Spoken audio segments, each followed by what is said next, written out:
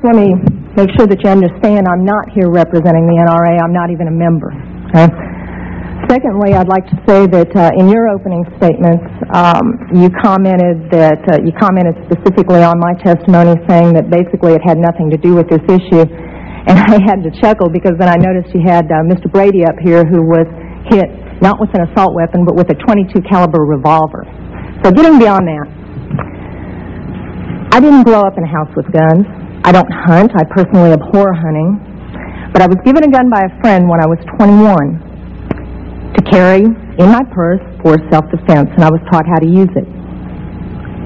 A couple of years ago, my parents and I went to a cafeteria in Texas on a bright sunny day. We weren't in a dark alley where we weren't supposed to be. And as you all know the story, this madman drove his truck through the window. And he began shooting. Well, immediately, my father and I got down on the floor and put the table up in front of us. And this guy kept shooting. And you're thinking, what could it be? Is it a robbery? That's the first thing that generally comes to mind. And he keeps shooting. It took me a good 45 seconds to realize that this man wasn't there to commit a robbery. He wasn't there for a hit. He was there to simply shoot as many people as he possibly could. Now, I'd like to make something clear. I hear all this talk about how many bullets can go in a clip. I've been there. I can tell you it doesn't matter. It takes 1 second to switch out a clip. You can have 1 bullet or 100 bullets. It doesn't matter, guys. I've been there. He goes, thump, thump, just like that. That's not enough time to rush a man. I promise you. When I finally realized what was occurring, I thought, I got him. And I reached for my purse. He was maybe 12 feet away.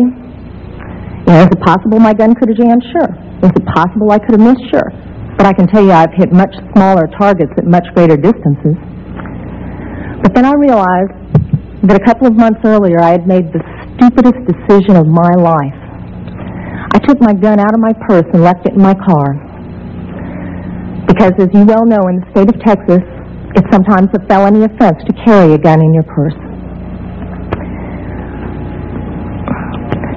I can tell you that I'm not mad at the guy that did this. As he continued, it was obvious that he was a madman. My father, at that point, said, I've got to do something. I've got to do something. He's going to kill everybody in here, and he rushed the man. No way. This guy turned, shot him in the chest. He went down, was obviously mortally wounded. For whatever reason, that made the man change directions and go off to my left. Shortly thereafter, someone at the back of the restaurant broke out a window. When I saw what looked like an opportunity to escape, I turned around and I grabbed my mother by the shirt and I said, come on, we've got to run, we've got to get out of here. And then my feet grew wings and I was out the back window. As soon as I got out, I realized that my mother had not followed me out.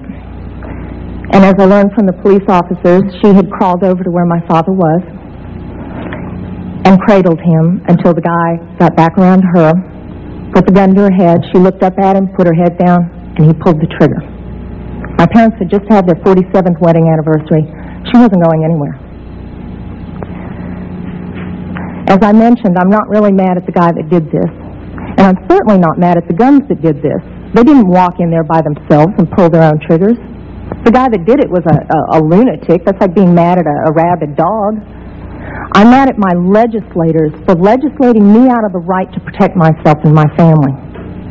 I would much rather be sitting in jail with a felony offense on my head and have my parents alive. As far as these so-called assault weapons, you say that they don't have any defense use. You tell that to the guy that I saw on a videotape of the LA riots, standing up on his rooftop, protecting his property and his life from an entire mob with one of these so-called assault weapons.